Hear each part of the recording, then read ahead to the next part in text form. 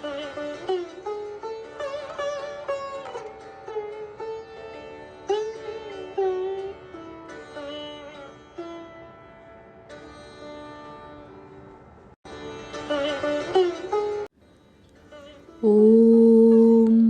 यथाग्नेर्दाहिका शक्ति रामकृष्णे स्थिता हिया सर्वविद्यास्वरूपां तां शारदां প্রণমাম্যহম।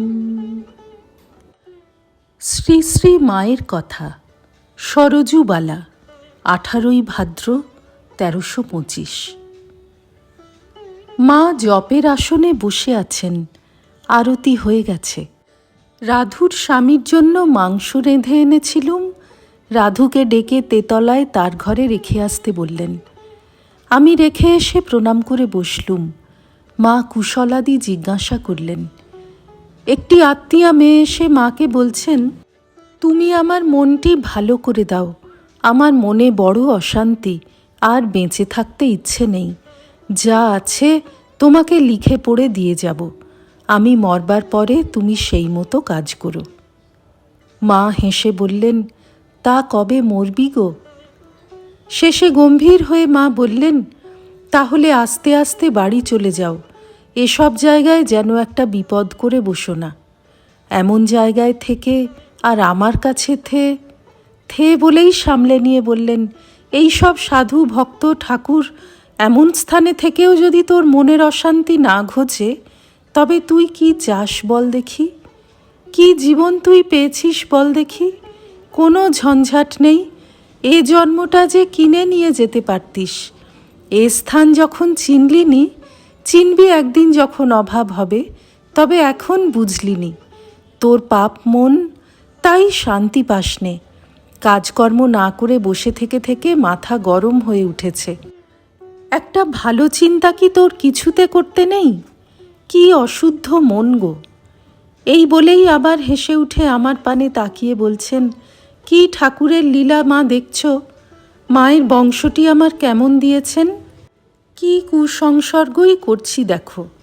এইটি তো পাগলই, আরেকটিও পাগল হবার গতিক হয়েছে। আর ওই দেখো আরেকটি, কাকেই বা মানুষ করেছিলুম মা, একটুও বুদ্ধি নেই।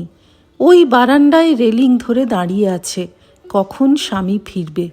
মনে ভয়, ওই যে গান বাজনা যেখানে হচ্ছে, পাছে ওইখানেই ঢুকে পড়ে।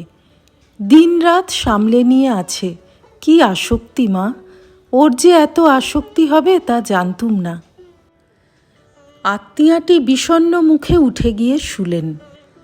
মা, কত সৌভাগ্যে মা এই জন্ম।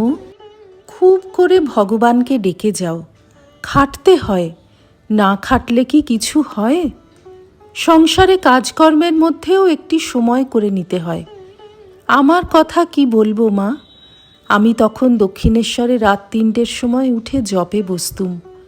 কোনো হুঁশ থাকতো না।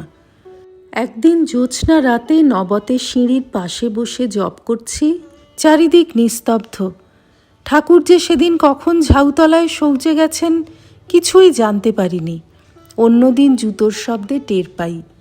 খুব ধ্যান জমে গেছে। তখন আমার অন্যরকম চেহারা ছিল। গয়না পরা, লাল পেড়ে শাড়ি, গা থেকে আঁচল খসে বাতাসে উড়ে উড়ে পড়ছে, কোনো হুঁশ নেই।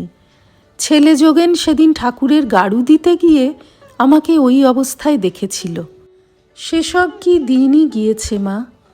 জ্যোৎস্না রাতে চাঁদের পানে তাকিয়ে জোড়হাত করে বলেছি, তোমার ওই জ্যোৎস্নার মতো আমার অন্তর নির্মল করে দাও। জপ ধ্যান করতে করতে দেখবে ঠাকুরকে দেখিয়ে উনি কথা কবেন। মনে যে বাসনাটি হবে তক্ষুনি পূর্ণ করে দেবেন। কি শান্তি প্রাণে আসবে। শ্রী রামকৃষ্ণার্পণমস্তু।